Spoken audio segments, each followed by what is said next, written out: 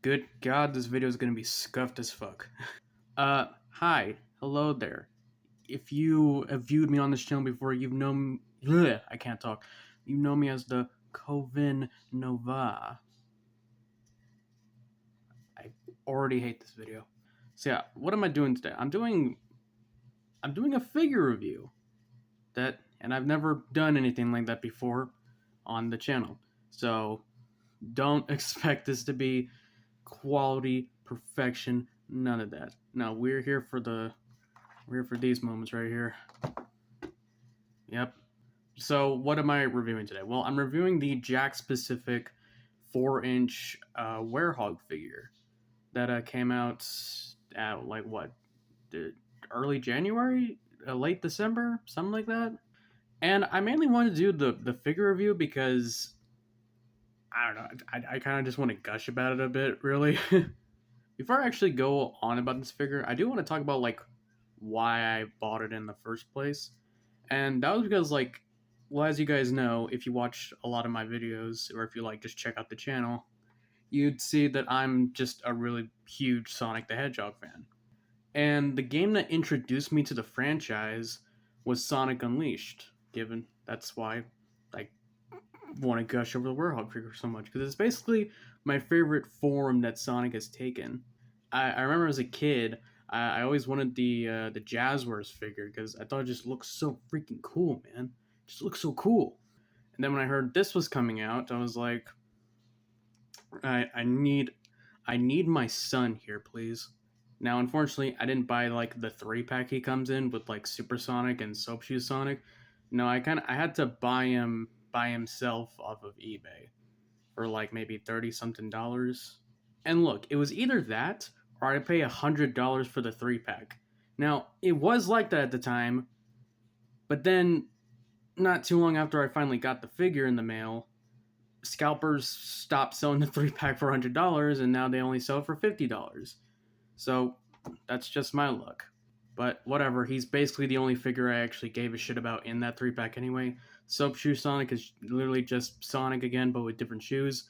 And Supersonic, well, I already have a Supersonic figure. Granted, it's the movie version of Supersonic, but whatever. Tomato, tomato. Who cares? So I'm gonna be honest. I don't know how people do toy reviews or figure reviews. I don't know how they do that. So I guess I'm just gonna talk about what I like and what I don't like. First off, what I like about it is just basically the sculpt around it. Really, like I feel like they did an amazing job, like trying to recapture his look from the game. Like he even does like his iconic smile that he does in that one piece of artwork for him, or probably every artwork of him, to be honest. And yeah, there's not much to say about the sculpt. It's a really good sculpt. I think they did a fantastic job with it, honestly. Paint job. I think they also did a really good job with that as well. Some people have said that like this is a bit too blue, or this is too blue, or one of these is too blue that a lot of people have been saying. And I kind of do agree with like maybe this being a little too blue. In the actual game, he's a little more pale than this. But that really kind of just hardly diminishes my enjoyment from it. Really, other than that, I mean, I think he still looks pretty cool. Like, yeah, maybe a little bit of paint around his mouth looks a bit weird. Hey, focus, camera. Focused. Yeah, the paint around his mouth just looks a little bit weird. I'm not sure why they gave him this black lip. I don't know if that's a thing from the game. I don't remember him having a black lip. I feel like I would have remembered that. There's also this little bit of paint, white paint around his eye that kind of hits his face. I don't even know if you can see it, but it's like right there. Can you see what I'm talking about? Me pointing at it? I don't know if you can. He's also got a bit of like red on his thumb right here. I don't even know if you can see that too. Like it's right there. But yeah, it irks the ever living shit out of me. I'm not gonna lie to you. There's also a little bit of red paint on his bottom shoe right here. So yeah, he doesn't have the most perfect paint job, but honestly, I think I got like probably one of the better ones because I've seen like a lot because I've seen ones with even worse paint jobs out there. Oh my, it is rough. Then again, his claws here aren't that well painted either. It's not even like the underneath the claw is not even painted. But I mean, it's whatever really. It's fine, I guess. Because I mean, everything else is painted just fine from the looks of it, honestly. A little off topic about paint, but I like how the frosted tips on his spines here are actually like separate pieces from like the rest of his head. It's neat. I don't know how I feel about that, but I kind of like it. But at the same time, I kind of don't like it. But at the same time, I do like it. What?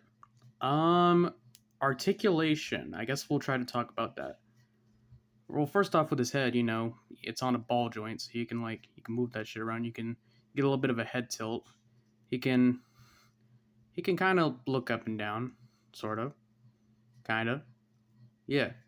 Arms. Well, of course, they can just you can go up and down. Obviously, you can move them around, like that. He's got elbow joints, which is a bit rare to see for Jakks Pacific with their 4-inch figures. I guess. Um, I don't I don't really collect a lot of Jakks Pacific figures. Really, the only ones I've collected are the movie 3 figures and this one. Yeah, I guess their 4-inch figures just don't have elbow joints for some reason. But I feel like you kind of had to give this one elbow joints because, like, look at them. Look at these. His arms are like massive. You got to give those things elbow joints. I mean, come on.